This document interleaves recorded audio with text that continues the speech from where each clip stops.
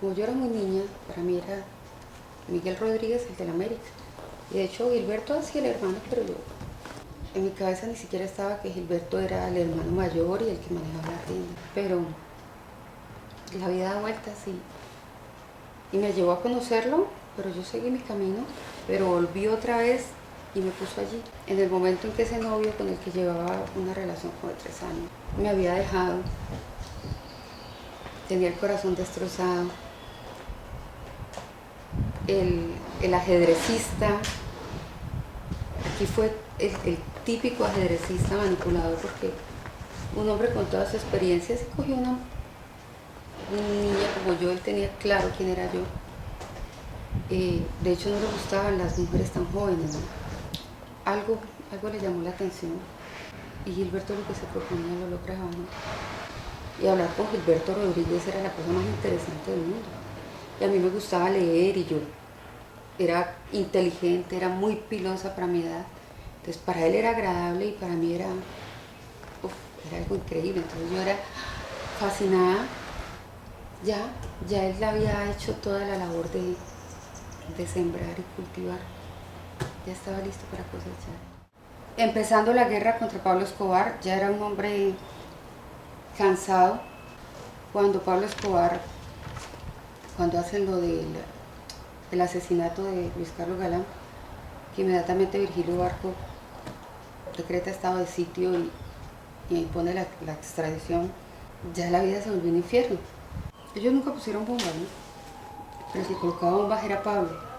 Ellos hacían una labor de inteligencia donde llegaron a detener y avisarle a la justicia de varias bombas. Pero obviamente se quebraban. Por ejemplo, cuando empezaron a incendiar las droguerías, asesinan al que era el mejor amigo de uno de sus hijos y a una cajera les lanzan gasolina, los bañan en gasolina y les prenden fuego. Eso era, Gilberto quedaba devastado con todas esas cosas, ¿no? Cuando la bomba de la novena de la supertienda de Alameda, donde hace muchos años con J. Gómez, pues primero fue el susto, mi hermano acababa de salir de allí, ¿no? Pero además sus hijos manejaban, uno de sus hijos que manejaba distribuidora Mijil, el otro trabajaba en droga a la rebaja, sus hijos mayores. Primero era el miedo de que todos, quiénes están bien, qué pasó, ver esas familias destrozadas. Mi hermano fue hasta allá porque trabajaba en la empresa y él narraba, ¿no?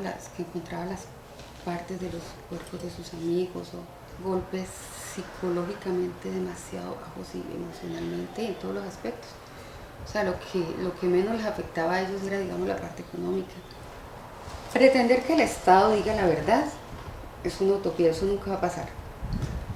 Pero definitivamente los equipos, el entrenamiento de las personas, las recompensas, el Estado puede tener recompensas, los americanos podían estar ofreciendo, Estados Unidos puede ofrecer recompensas, pero la recompensa más grande la ofrecían ellos, ¿no? Las conversaciones de Pablo las captaban, las cogían en el aire y donde estábamos nosotros viviendo llegaban bolsitas con cassettes, los cassettes de esa época. En algún momento hasta las personas que más los atacaban, ellos llegaron a ayudarlos. En el secuestro de Pastrana, él me decía, eso es increíble porque si hubiera sido un hijo de uno, por lo menos algo de gratitud, pero bueno, eran muchos factores influenciando, ellos también intercedieron en eso. Buscábamos lugares para tener listos, ya sea para tener a donde trastearnos o algunas oficinas más pequeñas como para atender citas y esto. Calles muchas, calles no muy transitadas, lugares bastante escondidos donde fuera más fácil controlar la parte del ingreso. Las personas que vivían con nosotros de seguridad, que eran 2 conductores, el secretario pues que iba todos los días, pero recogían la persona y en cierto lugar le pedían respetuosamente que se pusiera las gafas negras y les pintaban con pintura negra por dentro. Nadie iba donde vivíamos, solamente estos que te digo muy de confianza, que conocí hace años y que, bueno, de hecho por seguirlos a uno de ellos llegaron a nosotros. Tuvimos un susto en la carretera, al llegar acá habían allanado esa semana el edificio de la esquina. Llegando tuvimos otro susto, donde definitivamente él dijo, nosotros llegamos y él dijo, nos vamos de acá.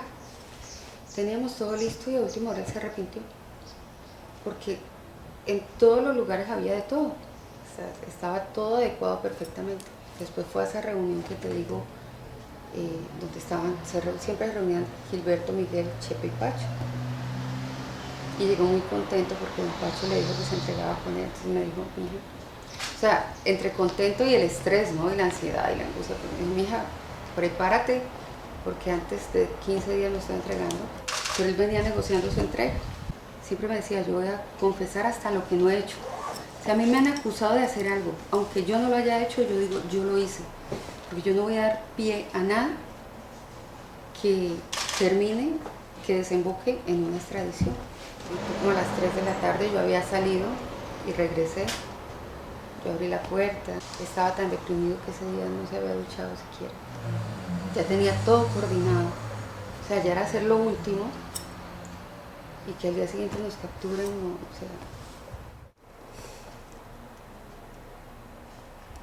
Desde que nos capturaron, me buscaron muchísimo, ¿no? para hacer un libro. Me hicieron, cuando yo estaba en la cárcel, fueron a hacer una entrevista para un noticiero de televisión y no sabes cuánto me insistieron en hacer un libro y siempre dije que no, inclusive después de terminar mi relación con él, cuando ni siquiera estaba hablando con él estando dolida o estando molesta, fue algo que siempre descarté. Después de mi separación hace 2 años y medio, casi 3 años, cuando quedé con mis hijos a la deriva, pasando una situación muy, muy difícil, empecé a replantearme esa posibilidad. Hace unos 3 meses tomé la decisión de hacerlo, 3 o 4 meses. A mí no me interesa dañarle la vida a nadie y sobre todo no me interesa ganarme enemigos. Yo puedo contar la historia sin necesidad de decir es que Pedro Pérez hizo esto. Simplemente es narrar una historia supremamente interesante donde además el mundo se dé cuenta de que ni la sociedad ni la política son como las pintan, de que no todo es como parece, de que en medio de todo ese esplendor del dinero exagerado que produce el narcotráfico, pues la vida era prácticamente miserable, ¿no? Porque nuestra vida era, esa puede ser una buena descripción, nuestra vida era un infierno.